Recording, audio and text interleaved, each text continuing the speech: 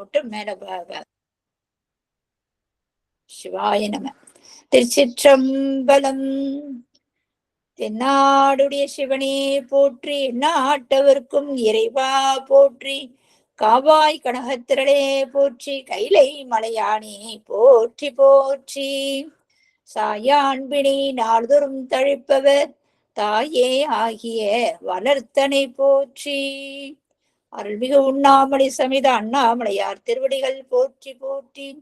திருத்தணி முருகப்பெருமான் மலரடிகள் போற்றி போற்றி. செந்தில் ஆண்டவனுக்கு அரோகரா. அருள்மிகு சிவகாமியான அம்பாள் சமித அருள் ஜோதிநாதனே திருவடிகள் போற்றி போற்றி. அனைத்து அடியார்களுக்கும் திருவடி வணக்கம். குருவே சரணம். குமரகுரு சுவாமிகள் திருவடிகள் போற்றி போற்றி. திருச்சிற்றம்பலம். குருவே சரணம். தெளிவு குருவின் திருமேனி காண்டல், தெளிவு குருவின் திருநாமம் செப்பல், தெளிவு குருவின் திருவார்த்தை கேட்டல், தெளிவு குரு ஒரு சிந்தித்தல் தானே, தெளிவு குரு ஒரு சிந்தித்தல் தானே. திருச்சிற்றம்பலம். ஐயா, நானே விநாயகர் பாடுறோம், 4 துதியும் பாடிடுறாங்கய்யா. நீங்க அப்படியே ஆரம்பிச்சிடலாங்கய்யா. வாக்குண்டான் நல்ல மனம் உண்டாம் மாமலரான், நோக்குண்டாம் மேனி நுடங்காது பூக்கொண்டு துப்பார் திருமேனி, தும்பிக்கு யான் பாதம் தப்பாமல் சார்வார் தமக்கு.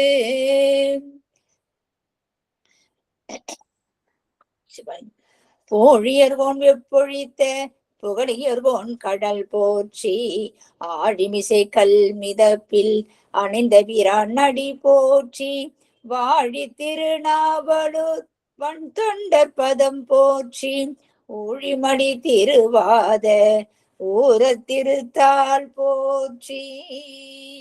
திருச்சிற்றம்பலம். ஐயா வாருங்கள் ஐயா. திருச்சிற்றம்பலம். தில்லையம்பலம். தென்னாடுடைய சிவனே போற்றி, எந்நாட்டவர்க்கும் இறைவா போற்றி, வெற்றிவேல் முருகனுக்கு அரோகரா.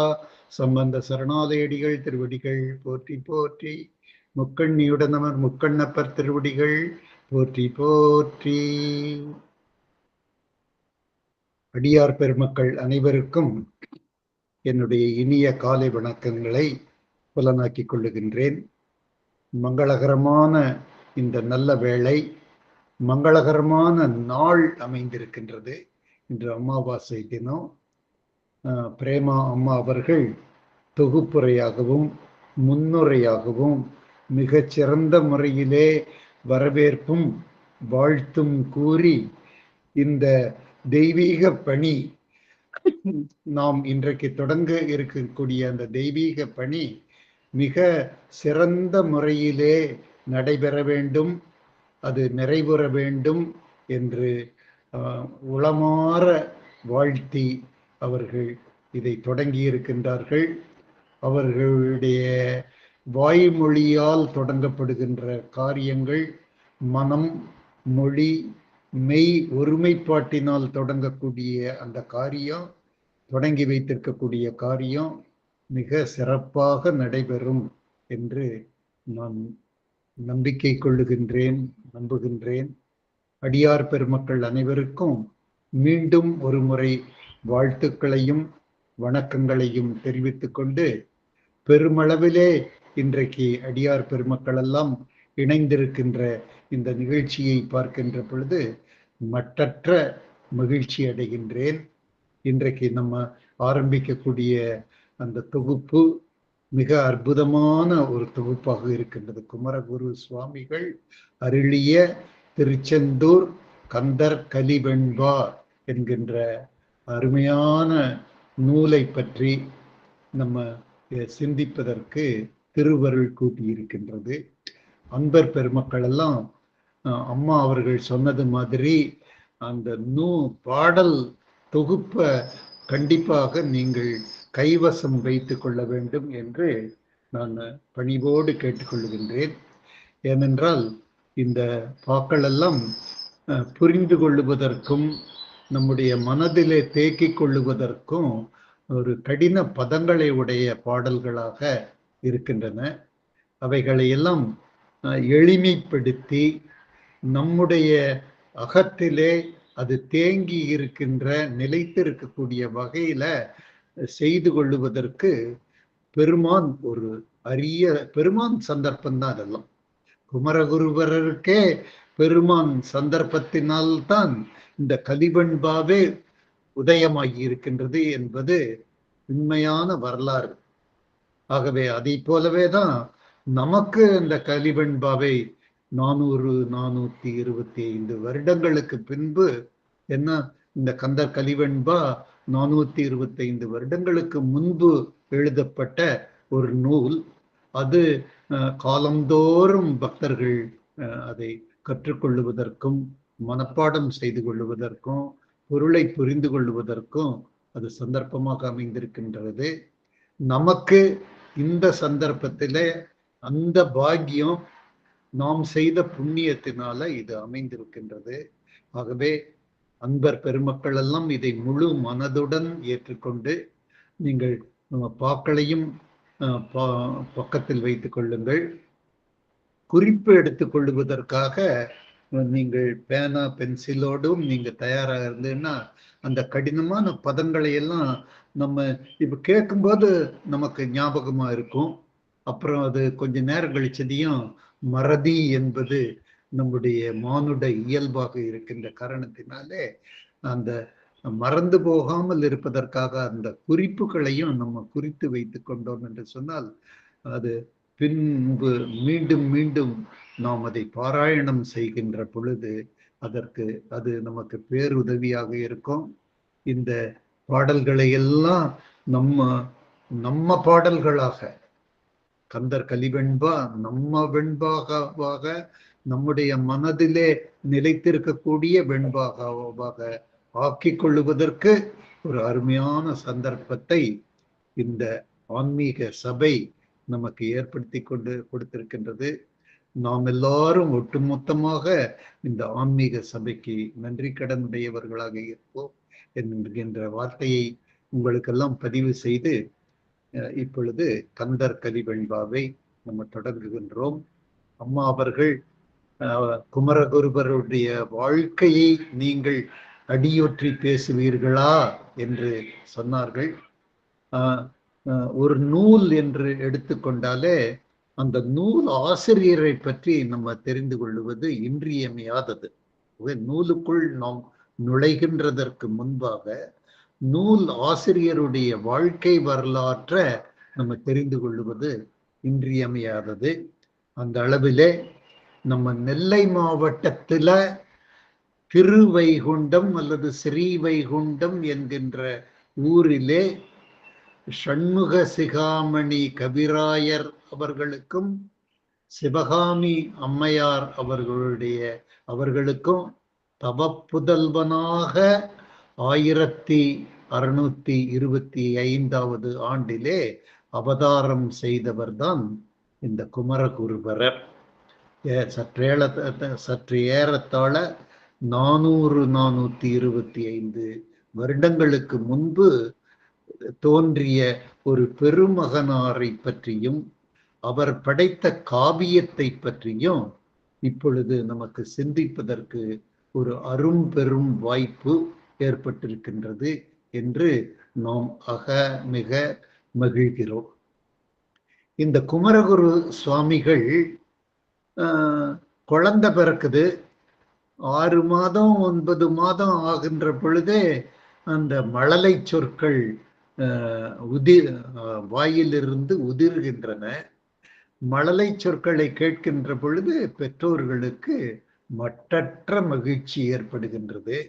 தாயும் தந்தையும் குழந்தையினுடைய மழலை சொற்களை எல்லாம் கேட்டு அவைகளையெல்லாம் அந்த குழந்தை பேசுற மாதிரியே பேசி மட்டற்ற மகிழ்ச்சி கொள்ளுவதை நம்ம எல்லாம் அனுபவித்திருக்கின்றோம். அது நம்ம குழந்தை பருவத்தில் நம்ம பார்த்திருக்கிறோம். நம்ம குழந்தைகளை பேசுறதை நம்ம பார்த்திருக்கிறோம்.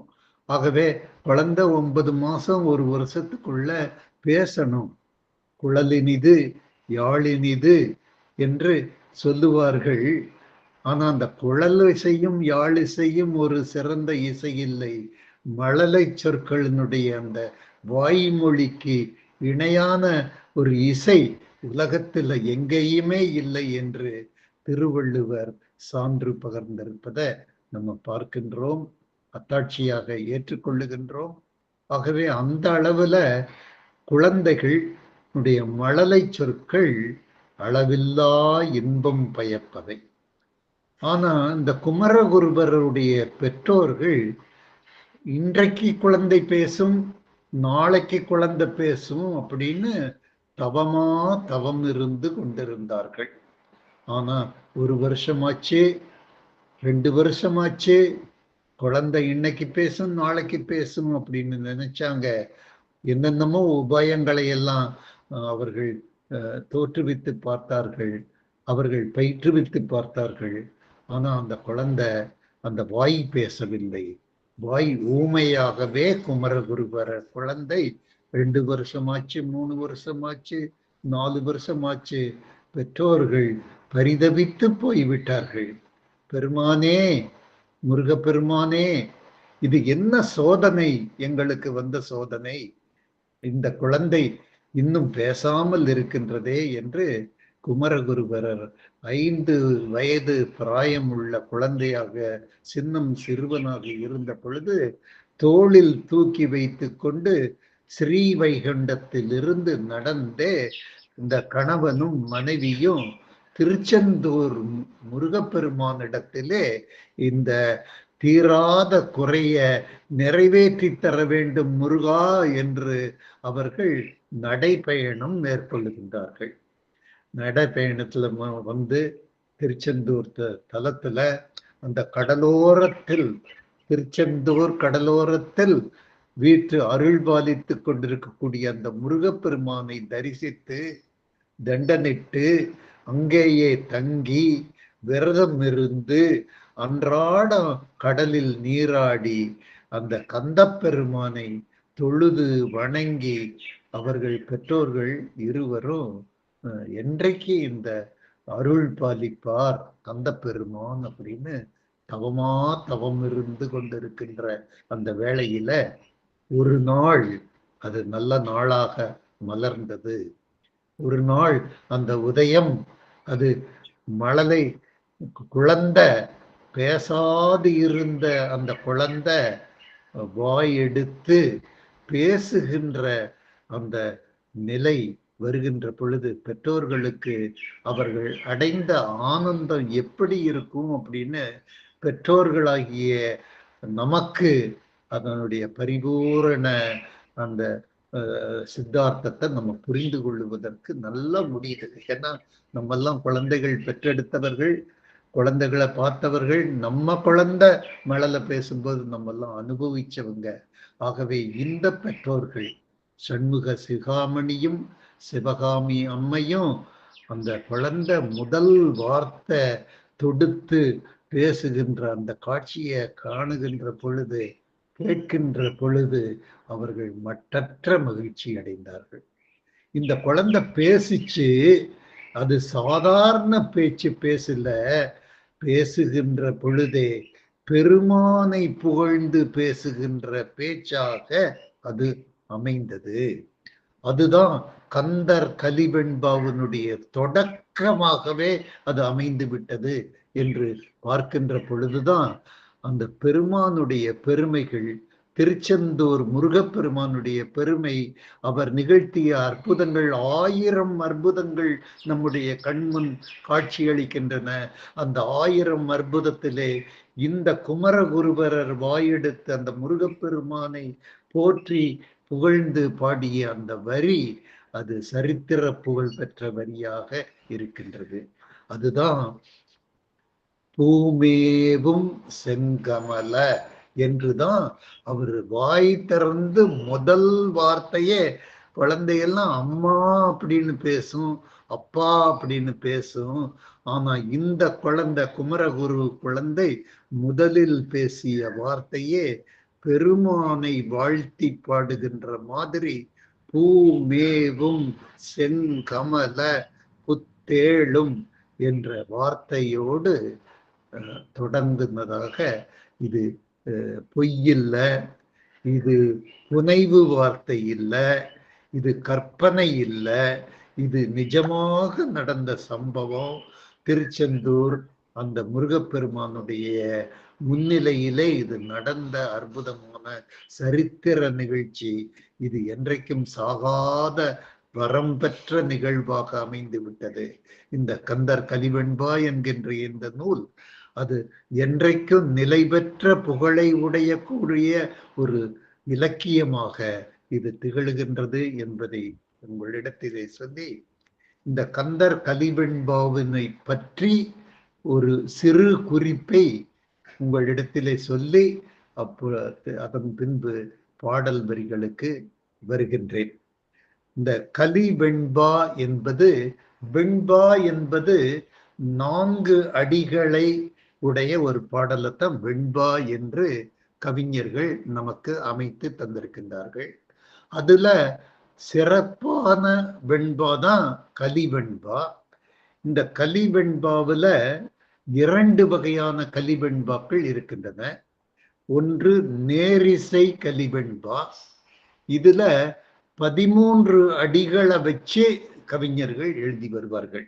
13 அடிகள் உள்ள ஒரு பேராகிராஃப் அல்லது ஒரு தொகுப்பு, அது மாதிரி அமையக்கூடியது நேரிசை கலிவெண்பா என்பது.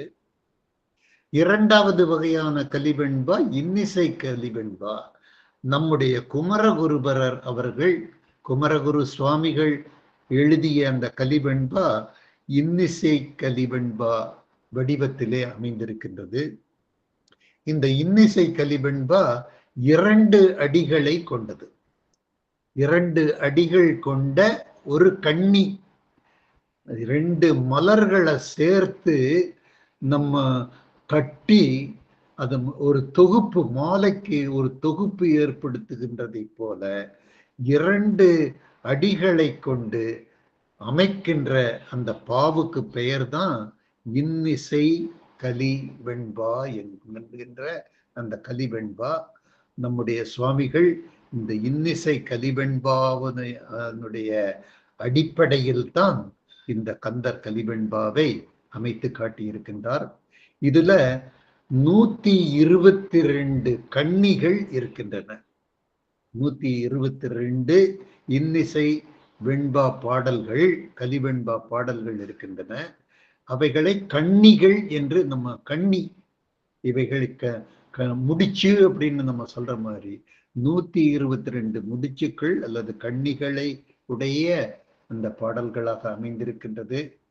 6 படைவீடுகளிலே அமர்ந்து முருகப்பெருமான் ஆட்சி புரிவதை பக்தர்களாகிய அனைவரும் நம்மெல்லாம் மனம் மொழி மெய்களால நம்ம உணர்கிறோம், அறிகின்றோம், பரமானந்தம் கொள்ளுகின்றோம்.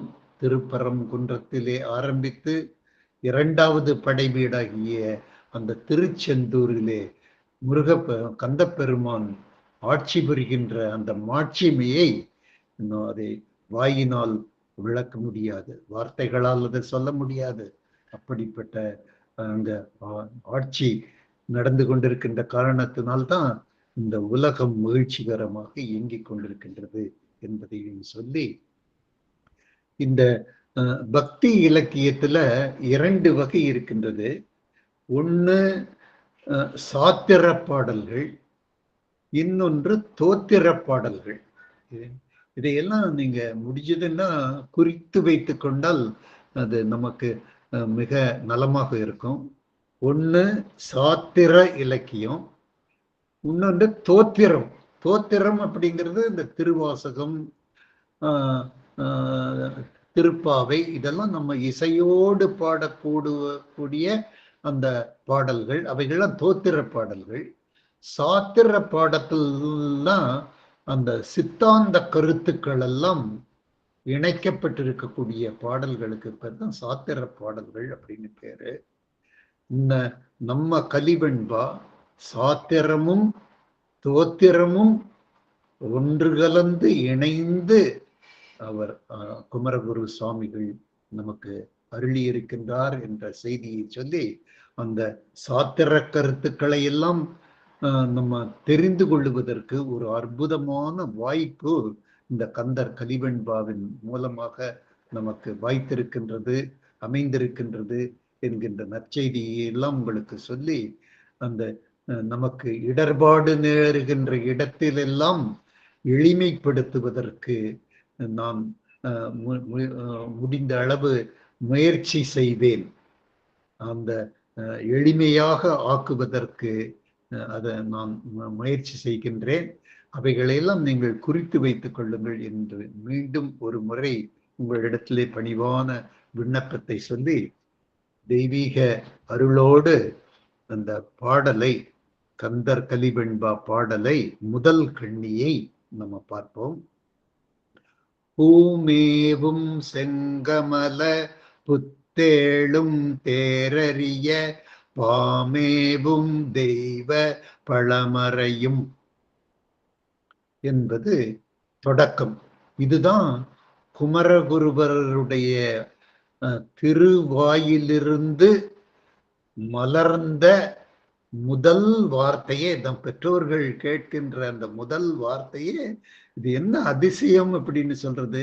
இது மனிதரால் நிகழ்த்தக்கூடிய காரியமா? இது குழந்தை பேசக்கூடிய காரியமா?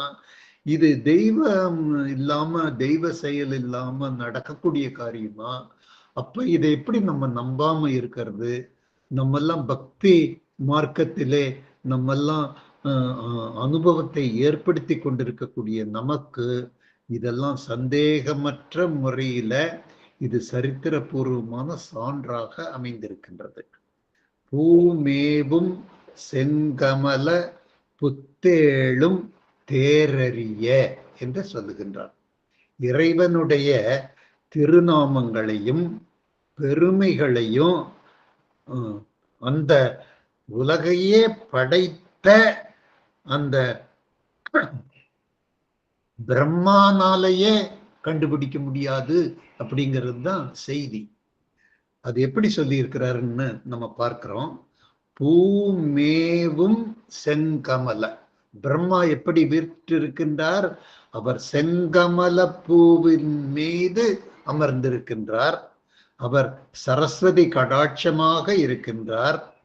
வீணை நாயகியினுடைய நாயகனாக தோற்றமளிக்கக்கூடிய அந்த பிரமான், உலகத்திற்கே படைப்பு தொழிலை செய்து உலகத்தை படைக்கக்கூடிய அந்த பிரம்மா, எல்லாரையும் படைக்கக்கூடிய அந்த பிரம்மா அவருக்கே தெரியாதம்மா. பூமேவும் செங்கமல புத்தேளும் தேரறிய, அவர்னாலேயே இந்த பெருமானுடைய அந்த நுட்பங்களை, பெருமைகளை அறிந்து கொள்ள முடியவில்லை.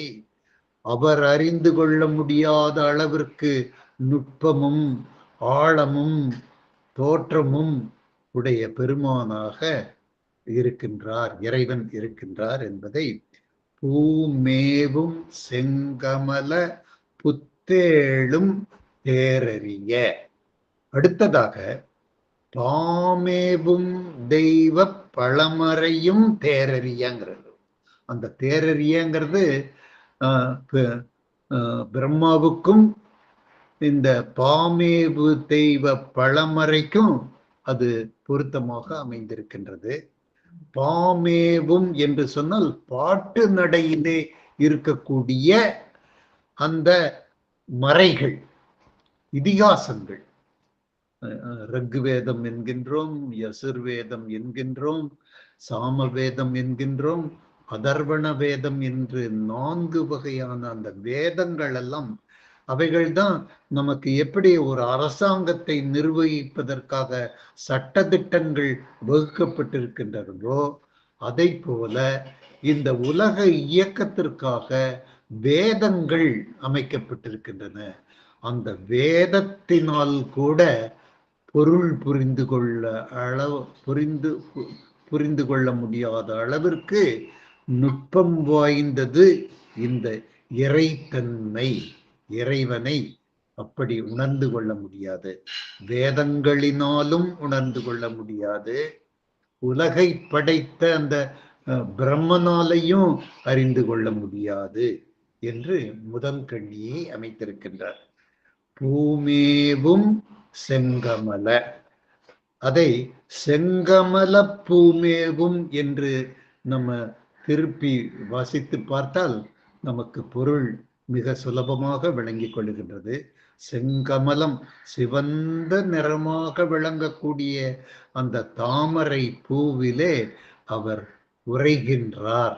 உரைகின்ற அந்த பிரம்மா அவர்னால இறைவனை உணர முடியவில்லை.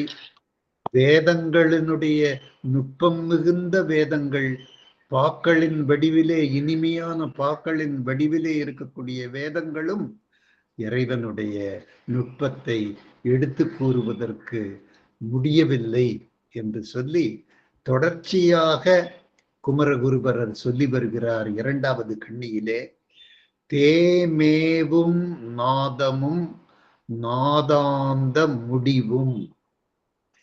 முதல்ல பிரம்மானால சொல்ல முடியலன்னாரு, அந்த பாமேவும் பழமறைகளினால சொல்ல முடியவில்லை என்று சொன்னார். மூன்றாவதாக தேமேவும் தெய்வத்தன்மை மிகுந்த நிறைந்த நாத தத்துவம், இசையின் மூலமாகத்தான் நம்ம இறைவனை உணர முடியும் அப்படிங்கிறது அது முடிந்த கருத்து. இசை வடிவாக இருக்கக்கூடிய அந்த இசை குயில் அப்படிங்கிறோம், நாதஸ்வரம் அப்படிங்கிறோம், அதுவெல்லாம் நம்ம எல்லாம் வழிநடத்தி செல்லுகின்றன. அந்த இசையின் வடிவத்தை நம்ம வழித்தடமாக கொண்டுதான் நம்ம இறைவனை உணர்வதற்கு நம்ம தடம் பதித்துக் கொள்ளுகின்றோம் என்பது அந்த மெய்யறிவாளர்கள் எல்லாம் ஏற்றுக்கொண்ட உண்மை. ஆனா குமரகுருபரர் என்ன சொல்றாருன்னா, அந்த இறைத்தன்மையை உணர்ந்து கொள்வதற்கு தேமேவு நாதமும் நாதாந்த முடிவு. நாதாந்த முடிவு என்று சொன்னால் நாத வடிவாக இருக்கக்கூடிய அந்த சிவ தத்துவமும் ஹெல்ப்லெஸ்ஸாக போய்விடுகிறது, உதவிக்கு வரமாட்டேன் என்று சொல்லுகின்றது. இறைவனுடைய நுட்பத்தையும் ஆழத்தையும் சொல்லுவதற்கு அவைகளினாலும் முடியலின்றார். தேமேவு நாதமும் நாதாந்த முடிவும் உதவி செய்ய முடியவில்லையே, உறுதுணையாக அமைய முடியவில்லையே, இறைவனை கண்டுகொள்ளுவதற்கு அது வழிகாட்டியாக எனக்கு அமையவில்லையே என்று ஆதங்கப்படுத்தி நான்காவதாக ஒன்றையும் குமரகுருபரர் வரிசைப்படுத்தி காட்டியிருக்கின்றார். நவை தீர்ந்த போதமும் காணாத போதமாய். நவை தீர்ந்த என்று சொன்னால் மாசு மறுவு இல்லாத, குற்றம் நீங்கிய போதமும். போதமும் என்று சொன்னால் உயிர் அறிவு மிக்கவர்கள், அறிஞர்கள், உயிரறிவு மிக்க சான்றோர் பெருமக்களாலும் காண முடியாத அந்த பேரறிவாக, போதமாய் என்று சொன்னால் பேரறிவாக, பெரும் பிளம்பாக, ஒளி பிளம்பாக விளங்கக்கூடிய அந்த இறைவனை இவர்களெல்லாம் கண்டுகொள்ள முடியாத அளவிற்கு சிறப்பு வாய்ந்த தன்மையாக இறைவன் இருக்கின்றான் என்று குமரகுருபரர் இந்த இரண்டு கண்ணிகள் வழியாக செய்திகளை சொல்லி இருக்கின்றார். இந்த இரண்டு கண்ணிகளும் மிக சிறப்பு வாய்ந்த கண்ணிகள்.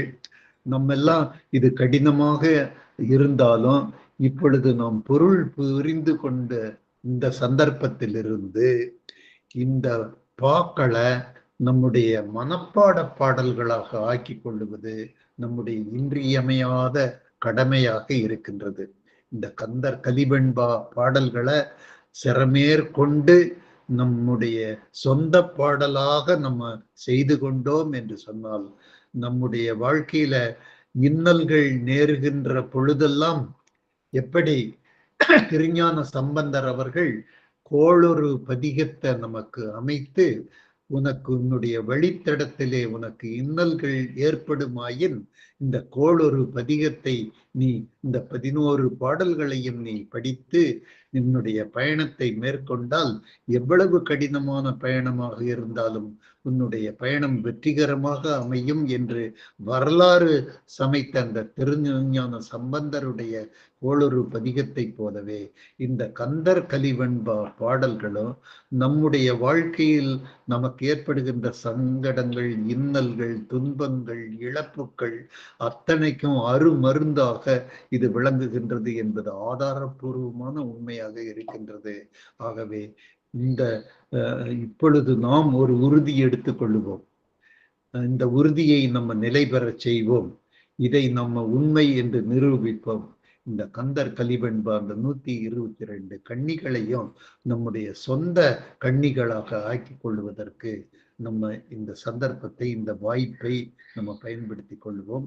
இப்ப இந்த 2 கன்னிகளும் நமக்கு மிக சுலபமான கன்னிகளாக அமைந்திருக்கின்றன.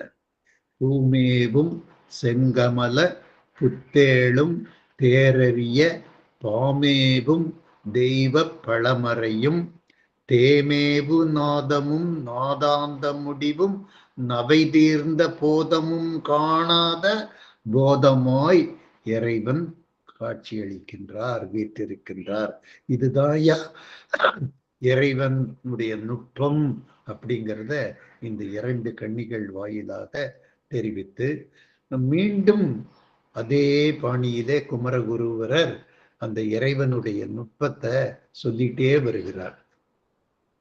ஆதி நடு அந்தம் கடந்த நித்தியானந்த போதமாய் அந்தம் தணிந்த பரம் சுடராய் என்று சொல்லி இருக்கின்றார். இறைவன் எப்படிப்பட்டவர் அப்படின்னு சொன்னோம்னா, பந்தமெல்லாம் தணிந்தவர், ஆசா பாசங்களை எல்லாம் ஒதுக்கி தள்ளியவர்.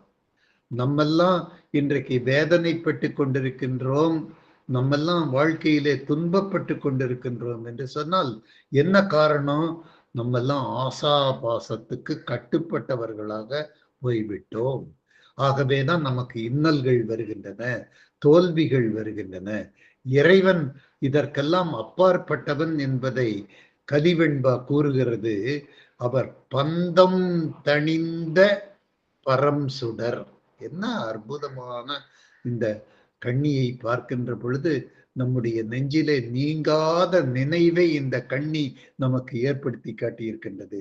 இறைவன் எப்படிப்பட்டவர் என்று சொன்னால், மானிட ரூபத்திலிருந்து அவர் வேறுபட்டவர், அவர் உயர்ந்தவர், அவர் தேவர். அவர் எப்படிப்பட்டவர் என்று சொன்னால், அவர் பந்தத்திற்கு ஆட்படாதவர், ஆசா பாசங்களுக்கு அப்புறப்பட்டவர். எந்த ஆசையும் எந்த அபிலாசையும் அவருக்கு கிட்ட வர முடியாது. பந்தம் தணிந்த, தணந்த என்று சொன்னால் தணிந்த, அவர் தணிந்து போய்விட்டது. அவர் பரம் சுடராய் காட்சி அளிக்கின்றார். ஆதியும் இல்லை, நடுவும் இல்லை, அந்தமும் அவருக்கு இல்லை. மனிதர்களுக்குத்தான் இதெல்லாம் பொருந்தும். உன்னுடைய ஆரிஜின் என்ன, உன்னோட முன்னோர்கள் என்ன, உன்னுடைய நிகழ்கால சரித்திரம் என்ன, உன்னுடைய எதிர்கால நோக்கம் என்ன, இதெல்லாம் மானிடர்களுக்கு பொருந்தும். ஆனால் இறைவன் எங்கு தோன்றினார், யாருக்கு தோன்றினார், அவருடைய முன்னோர்கள் யார், அதற்கெல்லாம் அப்பாற்பட்டவர் இறைவன். ஆதி நடு அந்தம் இல்லாதவர், கடந்தவர், இல்லாதவர், அதுக்கெல்லாம் அப்பாற்பட்டவர் இறைவன். ஆதி நடு அந்தம் கடந்த நித்தியானந்தமாக அவர் இருக்கின்றார். நித்தமும் ஆனந்தம், நித்தியானந்தம். அவர் பரம ஆனந்தமாக உயிர்களுக்கெல்லாம் பரம சுகம் கொடுக்கக்கூடியவராக அவர் காட்சியளிக்கின்றார். அவர் பந்தம் தணிந்தவர், அவர் பரம் சுடராய் காட்சியளிக்கின்றார் என்று மிக அற்புதமாக இந்த கலிவெண்பா அமைந்திருக்கின்றது. ஆதி நடு அந்தம் கடந்த நித்தியானந்த போதமாய் பந்தம் தணிந்த பரம் சுடராய் என்று இறைவனுடைய அந்த நுட்பத்தை, அந்த ஆழத்தை, அந்த புரிந்து கொள்ள முடியாத தன்மை, நம்மெல்லாம் சகலர்கள் என்ன கடவுளை பார்த்தியா, கோயிலுக்கு போனியா அப்படின்னு நம்ம எல்லாம் ரொம்ப சர்வசாதாரணமான கேள்விகளாக நம்ம கேட்டுக்கொண்டு இருக்கின்றோம். இறைவனுடைய நுட்பம் இவ்வளவு ஆழமானது, இவ்வளவு சிறந்தது என்பதை இந்த பேசுகின்ற குழந்தை முதல் தொகுப்பிலேயே இந்த அற்புதமான கருத்துக்களை உதிர்த்து இறைவனுடைய பெருமையை பறைசாற்றி இருக்கின்றது என்பதை எண்ணுகின்ற பொழுதெல்லாம் வியப்பு மேல வியப்பு நமக்கு ஏற்படுகின்றது. ஆதி நடு அந்தம் கடந்த நித்தியானந்த போதமாய் பந்தம் தணிந்த பரம் சுடராய் அவர் காட்சியளிக்கின்றார். வந்த குறியும் குணமும் ஒரு கோலமும் அற்று, அந்த இடத்துல மற்று எங்கும்னு நம்ம படிக்க கூடாது. வந்த குறியும் குணமும் ஒரு கோலமும் அற்றவராக இறைவன் காட்சி அளிக்கின்றார். குறி கிடையாதவருக்கு அவரை ஒரு அடையாளத்துக்கு, குறிப்பிட்ட அடையாளத்தில் அவரை கொண்டு வர முடியாது. நம்முடைய சௌகரியங்களுக்காக, மானுடர்களுடைய சௌகரியங்களுக்காக நம்ம அடையாளப்படுத்தி இருக்கின்றோம். முருகன் என்றும் சிவபெருமான் என்றும் பார்வதி தேவி என்றும் வள்ளி மணாள என்றும் நம்ம உருவகப்படுத்தி இருக்கிறோமே ஒழிய இறைவன் உருவத்துக்கு கட்டுப்படாதவர், குறி இல்லாதவர், குணம் இல்லாதவர், கோலம் இல்லாதவர் என்று சொல்லி இருக்கின்றார். வந்த குறியும் குணமும் ஒரு கோலமும் அற்று, இல்லாமல். அந்த இடத்துல நம்ம ரொம்ப நல்ல சிறப்பாக நம்ம அந்த இடத்தை குறித்து விளங்கி கொள்ள வேண்டும். அற்று, அற்று என்று சொன்னால் இல்லாமல். குறியில்லை, குணமில்லை, கோலமில்லை. அதுதான் இறைவனுடைய சிறப்பு, அதுதான் அவருடைய அதிகாரம். எங்கும் செரியும் பரமசிவமாய் அவர் காட்சி அளிக்கின்றார். அவர் இங்கிருக்கிறாரா, அங்க இருக்கிறாரா? என் நீக்கமர எங்கும் நிறைந்திருக்கின்றார். உன் உடலிலே இருக்கின்றார், உடலுக்குள்ளே இருக்கின்றார், வெளியே இருக்கின்றார், நீ இருக்கும் இடத்திலெல்லாம் இருக்கின்றார் என்பதை காட்டுகின்ற வகையில அவர் எங்கும் இருக்கும் ஏகமூர்த்தியாக, அவர் பரமானந்த குருவாக, அவர் பரமசிவமாக அவர் சிவமாக இருக்கின்றார், அவர் பரமசிவமாக இருக்கின்றார். பரமசிவம்னா எந்த இடத்திலும் நீக்கமர நிறைந்திருக்கக்கூடிய அந்த தெய்வம் தான் பரமசிவம் என்பது. பரமானந்த காட்சியை கொடுத்து பந்தம் தணிந்த பரம் சுடராய் அவர் இருக்கின்றார்.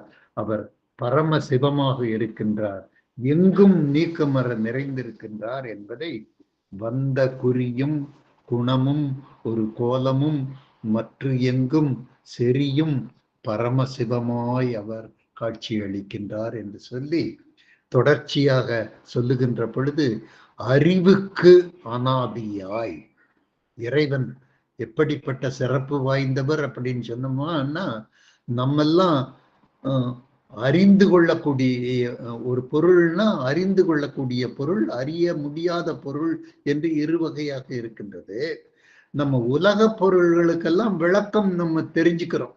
அது எப்படிப்பா, இதை கொஞ்சம் விளக்கி சொல்லப்பா அப்படின்னு சொன்னோம்னா அதுக்கு விளக்கம் நம்மளுக்கு தெரியுது. இறைவனுக்கு விளக்கம் யாராவது கேட்டதுன்னா இறைவனுக்கு யாராலையும் விளக்கம் சொல்ல முடியாது. அது உணரக்கூடிய ஒரு செய்தி, அதை காண முடியாது, பார்க்க முடியாது, அதை பற்றி இதான் வேற முன்னாடி நிற்கிறாரு அப்படின்னு சொல்ல முடியாது. அது உணர்வுக்கு உட்பட்டது, உணர்வுக்கு அப்பாற்பட்டது என்பதைத்தான் குமரகுரு சுவாமிகள் சொல்லி காட்டி இருக்கின்றார். அவர் அனாதையானவர். எதற்கு அனாதையானவர்? அறிவுக்கு அனாதியானவர். உன்னுடைய நுட்பத்தால், உன்னுடைய கூரறிவால், உன்னுடைய ஆராய்ச்சி மனப்பான்மையால் அவரை கண்டுபிடிக்க முடியாதப்பா. அவர் அனாதியாக எட்டாத இடத்துல அவர் இருக்கின்றார். நீ எட்டி எட்டி பிடிக்க வேண்டும் என்று கொட்டாவி விட்டாலும் அவரை பிடிக்க முடியாத இடத்திலே, உயர்ந்த இடத்திலே அவர் இருக்கக்கூடியவர். அறிவுக்கு அனாதி அறிவு, அறிவு மூலமாக, சிந்தனை மூலமாக, ஆராய்ச்சி மூலமாக எத்தனையோ ஆராய்ச்சிகள் பண்ணுகின்றோம்.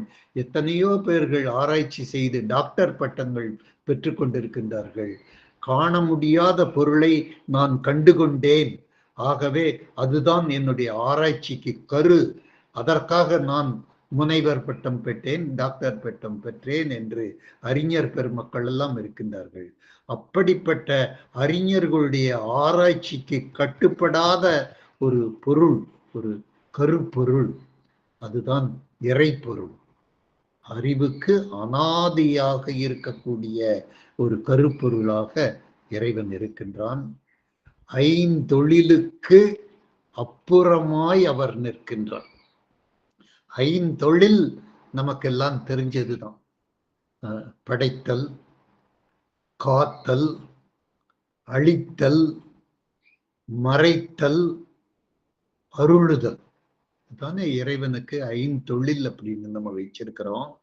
ஆனா அந்த ஐந்தொழிலுக்குமே அவர் உயர்ந்து கட்டுப்படாமல் நிற்கக்கூடிய ஒரு கருப்பொருளாக விளங்குகின்றார் என்பதைத்தான் அறிவுக்கு அனாதியாகவும் ஐந்தொழிலுக்கு அப்புறமாய் அன்றே மனாதிகளுக்கு எட்டாத வடிவாய், மனாதிகளுக்கு எட்டாத வடிவாய் இருக்கக்கூடிய இறைவனாக இருக்கணும். மனாதிகள் என்று சொன்னால் நம்முடைய மனம், நம்முடைய வாக்கு, நம்முடைய காயம். மனம் என்ன செய்கின்றது? நினைக்கின்ற மனமாக இருக்கின்றது. வாக்கு என்ன சொல்லுகின்றது? அது பேசுகின்ற வாயாக இருக்கின்றது. காயம் என்ன சொல்லுகின்றது? அது வணங்குகின்ற உடம்பாக நமக்கு இருக்கின்றது. ஆகவே இந்த மனம், வாக்கு, காயம், நினைக்கின்ற மனமும், பேசுகின்ற வாயும், வணங்குகின்ற உடம்பும் புரிஞ்சுக்க முடியாதப்பா, அதுக்கு எட்டாதப்பா. எட்டாத வடிவமாய், மனாதிகளுக்கு எட்டாத வடிவமாய்.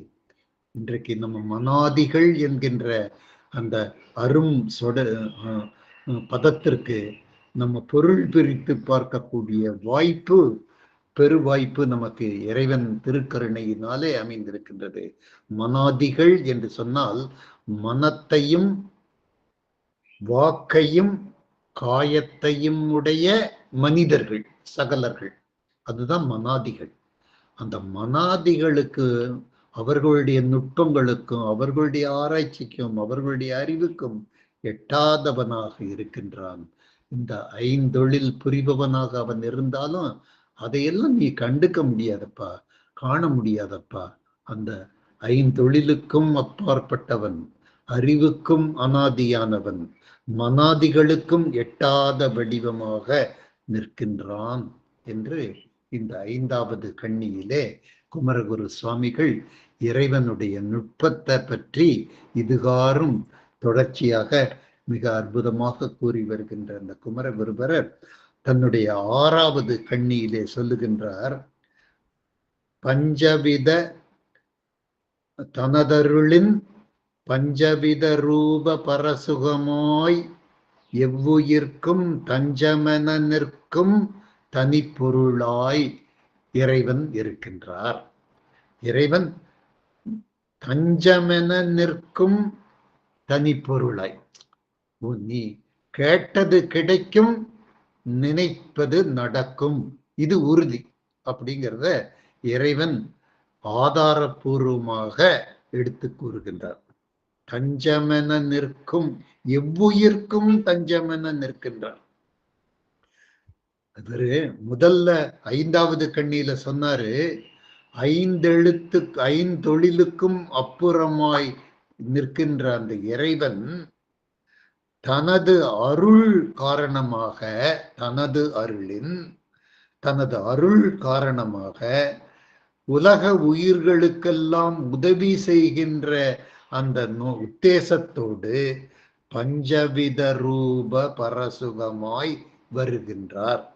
அந்த பஞ்சவித ரூபம்ங்கிறது தான் பிரம்மனாகவும் விஷ்ணுவாகவும் உருத்திரனாகவும் மகேஸ்வரனாகவும் சதா சிவனாகவும் அவர் காட்சியளிக்கின்றார்.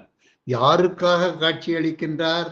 அவர் ஐந்தொழிலுக்கு அப்புறமாயிருக்கக்கூடிய அந்த இறைவன் உலக உயிர்களுக்கு நன்மை பயக்க வேண்டும் என்கின்ற ஒரே காரணத்திற்காக தன் அருளின் காரணமாக பஞ்சவித ரூபம் எடுக்கின்றார். அந்த பஞ்சவித ரூபந்தான் படைக்கின்ற பிரம்மாகவும், காக்கின்ற விஷ்ணுவாகவும், அழிக்கின்ற ருத்ரனாகவும், அந்த மறைக்கின்ற மகேஸ்வரனாகவும், அருள் பாலிக்கின்ற சதாசிவனாகவும் 5 ரூபங்களை தனது அருள் வடிவமாக உலக உயிர்களுக்கெல்லாம் நன்மை பயக்க வேண்டும் என்கின்ற காரணத்திற்காக இந்த 5 ரூபங்களை கொண்டு எவ்வுயிர்க்கும் தஞ்சமென நிற்கும் தனி பொருளாய் காட்சியளிக்கின்றார். அவர் நீங்கள் கூப்பிட்ட மாத்திரத்தில், அழைத்த மாத்திரத்தில் உங்களுக்கு அருள் செய்வதற்கும் உதவி செய்வதற்கும் அவர் அபயக்கரம் நீட்டுவார், உதவி செய்வார். உங்களுடைய வாழ்க்கை உயர்வு பெறும், உருப்பெறும், இதில் எந்த விதமான சந்தேகமும் இல்லை என்கின்ற காட்சியை குமரகுருபரர் அத்தாட்சிப்படுத்தி இந்த 6 கன்னிகள் வழியாக நமக்கு அருளியிருக்கின்றார். இந்த அருள் வாக்கு, இந்த அருள் கன்னிகள், இந்த வேத வாக்குகள், இவைகளெல்லாம் தான் மந்திர சொற்களாக அமைந்திருக்கின்றன. இந்த சமஸ்கிருதத்திலே பாராயணம் செய்கின்ற அந்த பண்டிதர்களை எல்லாம் நம்ம பார்க்கின்றோம். காலை நம்ம சிதம்பரம் கோயில் என்று சொன்னாலே சிதம்பரம் தான் கோயில். நம்முடைய சைவ சமயத்தினை பின்பற்றுகின்ற நமக்கெல்லாம் கோயில் அப்படின்னு சொன்னாலே தலைமை பீடமாக இருக்கக்கூடியது அந்த சிதம்பரம் தான். நம்ம சிவத்தை பின்பற்றுகிறவர்களுக்கு கோயில் என்பது சிதம்பரமாகவும், வைணவத்தை பின்பற்றுகின்றவர்களுக்கு அந்த வைணவ கோயிலாகவும் இருக்கின்றதை நம்ம பார்க்கின்றோம். இந்த சிவத்தை பின்பற்றுகின்ற அந்த நமக்கு சிதம்பரத்துல வைணவ அந்த பிராமண பெருமக்கள் காலையில 4 மணிக்கு அந்த நீராடல் செய்துவிட்டு அந்த வேத பாராயணம் செய்கின்ற காட்சியை அத காலை 5 மணி 4 மணிக்கெல்லாம் நம்ம கண்கொள்ளா காட்சியாக இருக்கின்றது. அது வேத பாராயணம் செய்கின்ற பொழுது அவர்களுக்கு அந்த இறை உத்தி தன்னுடைய மனதில் அவர்களுக்கு தோன்றி வெளிப்பட்டு இறையருள் பெற்றவர்களாக அவர்கள் இருக்கின்றார்கள். கந்தர் கலிவெண்பாவும் அந்த மந்திர சொற்களை உடைய ஒரு பாவாகத்தான் இருக்கின்றது என்பதற்காகத்தான் இதை உதாரணமாக உங்களுக்கு நான் சொல்லி இருக்கின்றேன். மந்திர சொற்கள் மிகுந்த இந்த கலிவெண்பாவை நம்மெல்லாம் படிப்பதற்கு இதெல்லாம் பிறவி நம்ம பெற்ற பெரும் பேரு என்று நான் கருதுகின்றேன். நம்ம பெற்ற பேற்றினாலே இந்த பாக்கியம் நமக்கு அமைந்திருக்கின்றது. ஆகவே இந்த அளவில் இந்த 6 கண்ணிய நம்ம பாராயணம் செய்வதற்கு ஏற்ற கண்ணிகளாக நம்ம இன்றைக்கு ஆக்கிக்கொள்ள வேண்டும் என்று சொல்லி, இந்த 6 கண்ணிகளும் நம்முடைய மனசுல இருந்து நெஞ்சிலிருந்து நீங்காத கண்ணிகளாக, நீங்காத பாக்களாக இருக்கின்றது என்பதற்காக மீண்டும் ஒரு முறை இதை நம்ம மெதுவாக நம்ம அசை போட்டு பார்ப்போம். நமக்கெல்லாம் தெரியுதா அப்படிங்கிறத ஒரு தடவை நம்ம உறுதிப்படுத்தி கொள்ளுவோம். பூமேவு செங்கமல புத்தேளும் தேரறிய பாமேவும் தெய்வ பழமறையும் தேமேவு நாதமும் நாதாந்த முடிவும் நவை தீர்ந்த போதமும் நவை தீர்ந்த போதமும் நவை தீர்ந்த போதம், சந்தேகம் எதுவுமே இல்லாமல் இருக்கக்கூடிய அந்த உயர்ந்த ஞானிகள், உயிர் சீவன்கள். போதமும் காணாத போதமாய், இறைவன் போதமாய் இருக்கின்றார். அவர் பேரறிவுடையவராக இருக்கின்றார், போதமாய் இருக்கின்றார். ஆதி நடு அந்தம் கடந்த நித்தியானந்த போதமாய் பந்தம் தணிந்த பரம் சுடராய் வந்த குறியும் குணமும் ஒரு கோலமும் மற்றெங்கும் செரியும் பரமசிவமாய் அறிவுக்கு அநாதியாய் ஐந்தொழிலுக்கு அப்புறமாய் அன்றே மனாதிகளுக்கு எட்டாத வடிவமாய் மனாதிகளுக்கு எட்டாத வடிவமாய் நம்மெல்லாம் தான் மனாதிகள். மனம் இருக்குது, வாக்கு இருக்குது, செயல் இருக்குது, காயம் இருக்குது, உடம்பு இருக்குது. இதையெல்லாம் உபயோகித்து நம்ம ஆராய்ச்சி பண்ணி பார்த்தாலும் அது கிட்டத்துக்கு கூட நம்ம எட்டி பார்க்க முடியாத ஒரு சூழ்நிலையா இறைவன் இருக்கின்றார் என்பதை மனாதிகளுக்கு எட்டாத வடிவாய் தனது அருளின் பஞ்சவித ரூப பரசுகமாய் இறைவனுடைய திருக்கருணையை எவ்வளவு அற்புதமாக குமரகுரு சுவாமிகள் காட்டியிருக்கின்றார். அவர் ஐந்தொழிலுக்கு அப்புறமாய் இருக்கக்கூடிய இயல்பு உடையவர் என்று 5வது கண்ணியிலே சொன்னவர் உயிர்களின் மீது அவர்களுக்கு இருக்கக்கூடிய அக்கறையின் காரணமாக நம் மீது, நம்முடைய சுகத்தின் மீது, நம்முடைய நல்வாழ்வின் மீது இறைவன் கொண்ட அக்கறையின் காரணமாகத்தான் பஞ்சவித ரூப பரசுகமாய் எவ்வுயிர்க்கும் தஞ்சமென நிற்கும் தனி பொருளாய் என்று ரொம்ப இந்த 6 கண்ணிகள், 6 வரிகள் மிக அற்புதமான வரிகளாக இருக்கின்றன. இவைகளை நம்ம மீண்டும் மீண்டும் பாராயணம் செய்து இந்த பாடல் வரிகள் நம்முடைய மனதிலே நிற்கின்ற வரிகளாக நம்ம ஆக்கிக் கொள்ள வேண்டும் என்கின்ற இந்த பணிவான வேண்டுகோளை இந்த நல்ல நேரத்திலே, இந்த நல்ல நாளிலே இதை உங்களிடத்திலே விண்ணப்பமாக வைத்து இன்றைக்கு கந்தர் கலிவெண்பா இறைவன் அருளாலே தொடங்கப்பட்டிருக்கின்றது.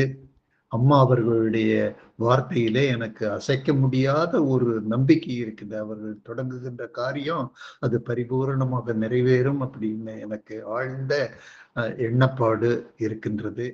ஆகவே இன்று குழுமி இருக்கக்கூடிய அனைவரும் இந்த கந்தர் கலிவெண்பாவனுடைய தொடர்ச்சியில எந்த விதமான உங்களுடைய சொந்த காரியங்கள் எத்தனையோ இருந்தாலும் நீங்கள் இதுல இந்த 1 மணி நேரம் இந்த கந்தர் கலிவெண்பாவுக்காக நீங்கள் ஒதுக்கி இந்த பாடல் நிறைவு பெறுகின்ற பொழுது நம்ம எல்லோரும் இதை நம்ம பார்க்காமல் சொல்லுகின்ற அளவிற்கு நம்ம வரணும். அது மூலமாக நம்மளுக்கு கண்டிப்பாக வாழ்க்கையில விமோச்சனம் இருக்குது அப்படிங்கிறத இது ஆதாரபூர்வமாக நம்ம அறிந்த உண்மையாக இருக்கின்றது என்பதையெல்லாம் இந்த இடத்திலே நான் பதிவு செய்து இந்த தொடக்கம் ஒரு நல்ல தொடக்கமாக இன்று அமைந்திருக்கின்றது என்று கூறி உங்களிடமிருந்து இன்று நான் விடைபெற்றுக் கொள்ளுகின்றேன்.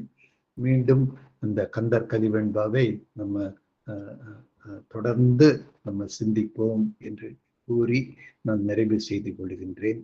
நன்றி, வணக்கம். மிக்க நன்றி ஐயா. திருச்சிற்றம்பலம். நம்ம குடும்பத்துல இப்ப 2 டாக்டர் ஐயா வந்திருக்கிறாங்க. 3 டாக்டர் ஐயா, ஒரு டாக்டர் ஐயா பேசிட்டாரு. இப்ப மருத்துவர் ஐயா, உண்மையான மருத்துவம் பாக்குற ஒரு ஐயா இருக்கிறாரு. அடுத்து பட்டம் பெற்று முத்துக்குமரன் ஐயா இருக்கிறாரு. 2 டாக்டர் ஐயா பேசட்டும். அடுத்தது அடியேன் பேசுறேன். ஐயா, மருத்துவர் ஐயா வாருங்கள் ஐயா, உங்களுடைய கருத்துக்கள் சொல்லுங்கள் ஐயா. இருக்கீங்களா ஐயா? சிவாய நம்ம. திருச்சிற்றம்பலம். நல்ல ஒரு அருமையான தொடக்கம், அருமையான உரை. நல்லா சிறப்பாக இருந்ததுமா. ஆரம்பம் நல்லா கேட்டேன். முதல்ல குமரகுரு சாமிகள் அவருடைய வரலாற்றை பற்றி சொன்னாங்க. அதுக்கடுத்து இந்த கந்தர் கலி வெண்பா, வெண்பானா என்ன, வெண்பாவுடைய 2 வகைகள், நேரிசை வெண்பா, இன்னிசை வெண்பா, அதை பற்றி சொன்னாங்க. கலி வெண்பாவோட இலக்கணத்தை வந்து சொன்னாங்க. சொல்லிட்டு இன்னைக்கு வந்து ஒரு 6 கன்னிகளை வந்து ரொம்ப அற்புதமாக வந்து சொல்லியிருக்காங்க. இதில் எனக்கு சில மாற்றுக்கருத்துக்கள்லாம் சில இருக்குது. அது இங்கே சொல்லலாமா என்னன்னு எனக்கு தெரியல. அது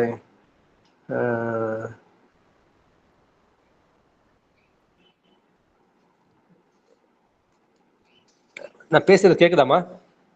சரி, கேக்குதுங்க கேக்குதுங்க. ஐயா, சொல்லுங்க ஐயா. சரிம்மா. இதுல வந்து முதல் கண்ணி வந்து பூமேவ செங்காமல புத்தேலும் தேரறிய பாமேவு தெய்வ பழமறையும் என்ற அதுக்கு வந்து நான் வந்து 4 வகையான உரைகள் வந்து வச்சிருக்கேன். ஒன்று முத்தூசு மாணிக்கவாசக முதலியார் அவருடைய உரை, 2வது வந்து அருணை வடிவேல் முதலியார் உரை, 3வது வந்து ஓவே சுவாமிநாத ஐயர் உரை, 4வது பட்டுசாமி ஓதுவார் வந்து உரை. இந்த 4 பேரும் ரொம்ப அற்புதமாக பண்ணியிருக்காங்க. இந்த முத்தூசு மாணிக்கவாசக முதலியார்னா ரொம்ப அட்வான்ஸ் லெவலில் வந்து அது போயிடும் இல்லைங்களா. இந்த அட்வான்ஸ் லெவலில் வந்து எங்கள் உள்ளவங்க எந்த அளவுக்கு புரிஞ்சுக்கணும்னு தெரியாது. இங்கே உள்ளவங்களுக்கு எளிதாக புரியணும்னா பட்டுசாமி ஓதுவார் ஐயா உரை, அந்த உரை தான் வந்து இந்த இடத்துக்கு வந்து பொருத்தமாக இருக்கும். அதை ஒட்டி தான் ஐயா வந்து பொருள் சொல்லியிருக்காங்க. செந்தாமரை பூவில் இருக்கக்கூடிய அந்த புத்தேல்னா பிரம்மன், அவன் தேரறிய, அவனாலேயே தெரிய முடியாது, அவனாலே அறிய முடியாது. அப்பேற்பட்ட பாமேவு, பாமேவுங்கிறது அந்த யாப்பை குறிக்கும். அந்த யாப்பு நடையில் அமைந்த தேமேவு, தேவனா தெய்வத்தை குறிக்கும். தெய்வத்தன்மை உள்ள எதை குறிக்குது? அந்த பலமறை, அந்த பலமரமான அந்த வேதங்களும் என்ன தேமேவு, தேம்னா அந்த இனிமையை குறிக்கும். அந்த இனிமை நிறைந்த நாதமும் நாதாந்த அந்த அது நாதம்னா நாத தத்துவம், நாதாந்தம் நாதத்தின் முடிவு இருக்குங்களா. இந்த பொருளும் நவை தீர்ந்த, நவை தீர்ந்தம்னா அது குற்றம், அந்த குற்றம் தீர்ந்த போதம், போதம் என்பது ஆன்ம அறிவு. அந்த ஆன்ம அறிவாலும் சிவபெருமானை காண முடியாது, காணாத அந்த அறியாத போதமாய் அவன் வந்து எப்படி இருக்கான்? பேரழிவு வடிவாக இருக்கின்றான், பெருமானுடைய அந்த பேரழிவு வடிவமாக இருக்கின்றான். அதுக்கு அடுத்த 3வது கண்ணி வந்து அந்தம் கடந்த நித்தியானந்த போதமாய் என்கின்றப்ப பெருமானுக்கு வந்து ஆதியும் கிடையாது, அந்தமும் வந்து கிடையாது. எனவே அவனுக்கு வந்து முதல் இடை கடை என்ற 3மே கிடையாது. அந்த மாதிரி அவன் எப்படி இருக்கான்? வந்து நித்திய போதம் ஆனந்தம். நித்தியம் என்பது சத்தை குறிக்கும், போதம் என்பது சித்தை குறிக்கும், ஆனந்தம் பெருமான் வந்து இந்த சச்சிதானந்த வடிவாக இருக்கின்றான். அங்க பந்தம் தனிந்தன்னு ஐயா சொன்னாங்க.